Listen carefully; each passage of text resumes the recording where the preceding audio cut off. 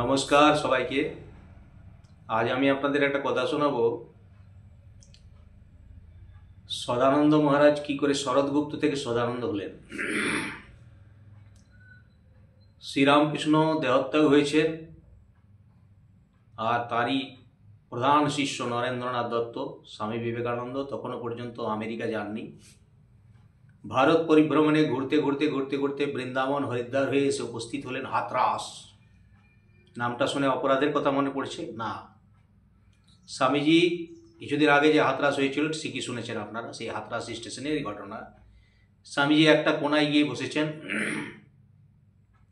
একটা কোনায় বসে থেকে কিছুক্ষণ চুপচাপ নীরব বসে ধ্যান করছেন। এমন সময় স্টেশনে পাইচারি করছেন, সেখানে অন ডিউটি স্টেশন মাস্টার শরৎগুপ্ত। স্বামীজিকে দেখেই প্রভাবিত হলেন শরৎগুপ্ত, এসে প্রণাম করলেন। প্রণাম করে বাংলায় কথা বললেন। স্বামীজি খুব আনন্দিত হলেন, যেহেতু বাংলায় কথোপকথন হলো। স্বামীজি তার নাম জিজ্ঞেস করলেন। সালটা 1888 সাল। তিনি তার নাম বললেন শরৎচন্দ্র গুপ্ত, বাড়ি কলকাতায়।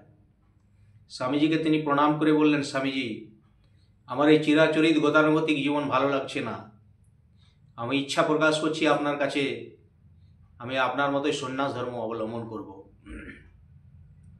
স্বামীজি তার মুখের দিকে চেয়ে বললেন, তোমার নাম শরৎগুপ্ত?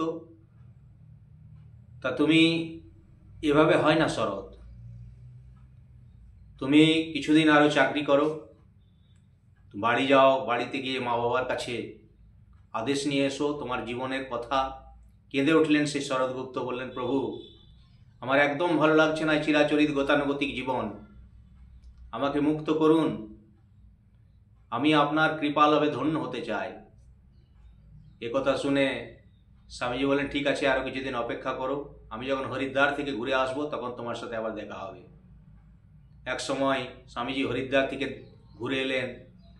শরৎগুপ্ত বাড়ি থেকে ঘুরে এসে মা বাবার কাছে নিজের ইচ্ছা প্রকাশ করলেন এবং সন্ন্যাস ধর্মে দীক্ষিত হলেন। এ শরৎগুপ্ত যখন কলকাতায় ভীষণ মহামারী শুরু হয়েছিল, তখন জনগণের সেবায় নিজেকে নিয়োজিত করেছিলেন। এক রেলওয়ে কর্মচারী স্টেশন মাস্টার থেকে তিনি হলেন স্বামী সদানন্দ মহারাজ। যাক, ধন্য শ্রীরামকৃষ্ণের আশীর্বাদ, তিনি আশীর্বাদ পুষ্ট হয়ে সদানন্দ মহারাজ হয়ে তার জীবন অতিবাহিত করলেন। আপনাদের কেমন লাগলো অবশ্যই জানাবেন। জয় শ্রীরামকৃষ্ণ।